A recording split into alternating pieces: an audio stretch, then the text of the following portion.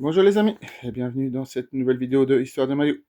Donc la semaine passée, je vous avais montré le dos de ce maillot et il fallait donc trouver le troisième maillot du Delfino Pescara 1936, saison 2014-2015. Donc je l'ai vraiment pris pour les couleurs bien vives, c'est vraiment, je pense, j'ai pas beaucoup de maillots avec un vert fluo comme ça. Donc au niveau des résultats, qu'est-ce qu'on peut dire? Durant cette saison, le club termine 7e de Série B. En Coupe d'Italie, deuxième tour, victoire au pénalty contre la Serenate. Troisième tour, victoire contre le Chievo Vérone qui était portant en Série A à l'époque. Et quatrième tour, une défaite contre Sassuolo. Au niveau historique, club fondé en 1936, palmarès 2 titres de Série B, 2 titres de Série C1 et 3 titres de D4. Alors qu'est-ce qu'on peut dire, qu'ont pensé les fans de ce troisième maillot? Donc ce troisième maillot avait une couleur principale vert fluo avec des bandes horizontales bleu, azur et blanche, arborant un col à la coreana, corps bleu ciel comme on peut le voir, et des manches assorties de vert et de blanc sur la fin. Donc, la réception des fans, mais malheureusement, il n'y a pas beaucoup d'informations sur ce maillot. Donc, cependant, il y a eu des discussions plus récentes sur ce maillot, évoquant les maillots de Pescara atypiques qui montrent une fascination pour celui-ci justement, car il est très exotique. Donc, certains fans disent que c'est l'un des maillots les plus exotiques du Delfino Pescara. Donc, qu'est-ce qu'on peut conclure? Le troisième maillot de la saison 2014-2015 était une vraie nouveauté pour le club. Loin du traditionnel bleu et blanc, elle misait sur un vert flashy peu commun dans le football italien, ce qui la rendait immédiatement identifiable. Alors, on va s'intéresser maintenant à 10 matchs marquants du Delfino Pescara, positif ou négatif. Donc, forcément, promotion en Série A, Pescara Monza le 1er juillet 1979. Match de barrage historique devant 40 000 spectateurs à Bologne. Pescara monte en Série A pour la première fois depuis longtemps. En 1980, en mars, victoire contre le Milan AC 2-1. Malgré une saison difficile, cette victoire symbolique en Serie A reste un souvenir fort pour les tifosi. Humiliation de la Juve, Pescara Juventus 5-1 le 17 janvier 1993. L'un des plus grands exploits du club. Écraser la Juve sur un score fleuve reste un moment culte. Retour en Série B, Pescara Verona, en 2009-2010. Après des années de galère, Pescara retrouve la Série B en battant le Hellas Verona en finale des playoffs. Saison de rêve avec Zeman, saison B, Série B 2011-2012. Avec Insigne, Immobile et Verratti, Pescara réalise une saison historique, 90 buts et monte en Série A. Victoire record, Pescara Vicenza, le 1er mai 2012. Un festival offensif lors de la saison de Zeman, symbole du football total pratiqué par l'équipe. Saison cauchemardesque, Serie A 2016-2017. Seulement 3 victoires, 18 points, 81 buts encaissés. L'une des pires saisons de l'histoire de la Serie A. Éclair de joie, Pescara Genoa 2017. Rare moment de bonheur dans cette saison noire, dont on vient de parler, obtenu après le retour de Zeman sur le banc. Déroute historique, Sampdoria Pescara 6-0. Une lourde défaite qui a marqué les supporters comme l'un des points les plus bas de l'ère moderne. Victoire 6-0 contre Vicenza, à nouveau cité pour son importance et son symbolisme dans la saison record de 2011-2012. Alors maintenant, on va s'intéresser à 10 anecdotes sur le club lui-même. L'origine du surnom Delfino. Le dauphin devient un symbole officiel du club en 87, après un concours auprès des supporters. Il remplace un ancien logo plus classique représentant juste un ballon. Le maillot est dessiné par un enfant. En 2016, un maillot de Pescara est dessiné par un jeune supporter dans le cadre d'un concours scolaire. Le design représente la mer, les vagues et les dauphins, hommage direct à la ville. J'ai voulu acheter ce maillot et je ne l'ai jamais acheté. Je pense qu'il est toujours disponible sur certains sites. Donc peut-être un jour si je vois que le prix descend un petit peu. Une saison Zemolandia historique. La saison 2011-2012 voit Pescara marquer 90 buts en Série B grâce à la philosophie offensive de Zdeněk Zeman et aux jeunes talents Insigne, Immobile et Verratti. Une des pires bilans de Serie A. En 2016-2017, le club finit avec 18 points, seulement 3 victoires et 81 buts encaissés. L'une des pires saisons de l'histoire du championnat italien. La victoire choc contre la Juventus. Le 17 janvier 1993, Pescara bat la Juve 5-1 en Serie A avec un jeune Massimiliano Allegri, futur entraîneur de la Juve, parmi les buteurs. Un stade au bord de l'Adriatique.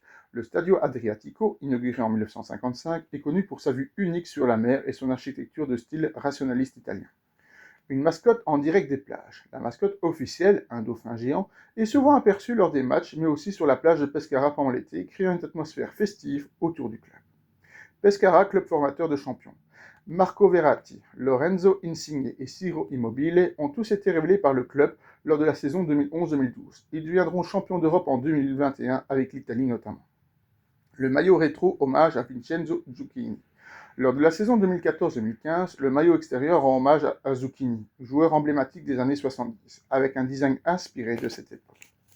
Les supporters réputés pour leur passion. Les Pescarese sont connus pour suivre leur équipe même dans les divisions inférieures, avec une moyenne de plus de 10 000 spectateurs en série C, un record pour la catégorie.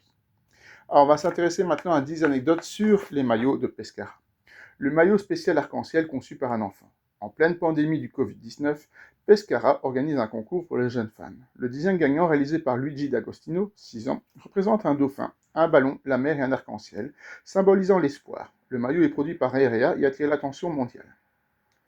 Le maillot commémoratif du 80e anniversaire. En 2016, un maillot sobre est lancé pour les 80 ans du club.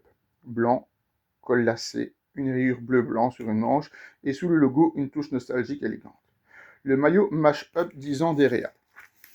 En 2022, pour célébrer une décennie de partenariat avec Airea, un maillot unique est dévoilé. Il présente différentes versions de rayures bleues des 10 dernières années sur fond blanc et en une bande diagonale asymétrique avec logo doré et tissu high-tech antiviral. Maillot limité signé par un magasin local. Fin 2022, un maillot exclusif est conçu par la boutique Gouta pour une ultime rencontre de la saison en Lega Pro. D'aspect tacheté, il revisite le maillot domicile avec le tissu T-Energy 3.0 antiviral et imperméabilité. Le maillot 2023-2024 mêlant tradition et innovation. Le nouveau kit domicile arbore un design classique, revisité avec élégance. Le maillot extérieur, tout noir avec touches dorées, évoque l'élégance. Le troisième maillot revisite le jaune historique avec des motifs rappelant le blason du club. Le troisième maillot 2025-2026 éco-responsable. Le troisième maillot de la saison à venir est jaune iconique, fabriqué à 100% en polyester recyclé. Il comporte un col bicolore, des empiècements mèches respirants, un logo dauphin en 3D et l'inscription Gente di Mare à l'intérieur du col. Panne de maillot à Frosinone, choc inopiné. Le 11 avril 2015, en série B, les deux équipes arrivent avec des tenues similaires. Pescara avec son troisième maillot vert fluo et Frosinone maison jaune. L'arbitre oblige Pescara à jouer avec leur maillot d'entraînement bleu et des numéros jaunes prêtés par l'adversaire. Le maillot des années 80 avec le dauphin brodé. La tenue de la saison 80-81, réutilisée en 80-82, comportait un dauphin stylisé brodé, créant une vague marine. Un design estival, marquant souvent salué comme l'un des plus beaux maillots de l'histoire du club. Alors, au niveau des fournisseurs de maillots, Pescara a changé plusieurs fois de fournisseur. Donc, NR de 79 à 86, Handhorse jusqu'en 97, Piene 91-97, Puma de 97 à 2002, Inoue, Lotto, Legea, puis Airea de 2011 à 2024 et désormais Joma depuis 2024. Le design marin fréquemment salué. Les kits de Pescara mettent en avant la mer ou le dauphin, sont régulièrement appréciés par les amateurs de football. Donc Pescara a les meilleurs maillots avec un dauphin fait dessus. 10 anecdotes maintenant sur le fameux logo qu'on peut voir ici, donc le fameux dauphin avec le Pescara Calcio. Donc le dauphin adopté en 87. Avant 87, le club utilisait des logos simples, ballon et initiales. Le dauphin, symbole de la ville, est choisi après un concours auprès des supporters. Un lien direct avec la mer Adriatique. Le dauphin représente la proximité de la ville avec l'Adriatique et l'identité maritime des Abruzzes. Il symbolise aussi l'agilité et l'élégance du club. Couleur bleu et blanc. Ces couleurs viennent de la ville de Pescara. Elles représentent la mer et l'écume. L'année 36. Inscrite sur l'écusson pour rappeler la fondation officielle du club après la fusion de deux équipes locales. Version minimaliste des années 90. Dans les années 90, le logo est simplifié pour apparaître plus moderne avec un dauphin plus stylisé. Version 80e anniversaire en 2016. Pour les 80 ans, le club a ajouté un contour doré autour de l'écusson, créant une version commémorative. Retour au style classique. En 2021, Pescara revient à une version proche de celle de 87, jugée plus identitaire par les supporters. Logo sur fond circulaire. Dans certaines éditions spéciales de maillots, le logo est placé dans un cercle bleu et blanc rappelant une bouée de sauvetage. Logo en 3D pour les maillots récents. Depuis 2022, le dauphin est représenté avec un effet 3D thermocollé sur les maillots officiels. Un logo souvent repris dans la culture locale. On retrouve l'écusson du club peint sur les murs, bateau de pêche, fresque urbaine de Pescara, symbole de la fierté locale. Donc voilà tout ce qu'on pouvait dire sur ce maillot du Delfino Pescara. Donc la semaine prochaine, voici le dos de ce maillot. Alors bonne chance à celui qui trouve, parce qu'un maillot avec un dos rouge et un col blanc, il y en a pas mal.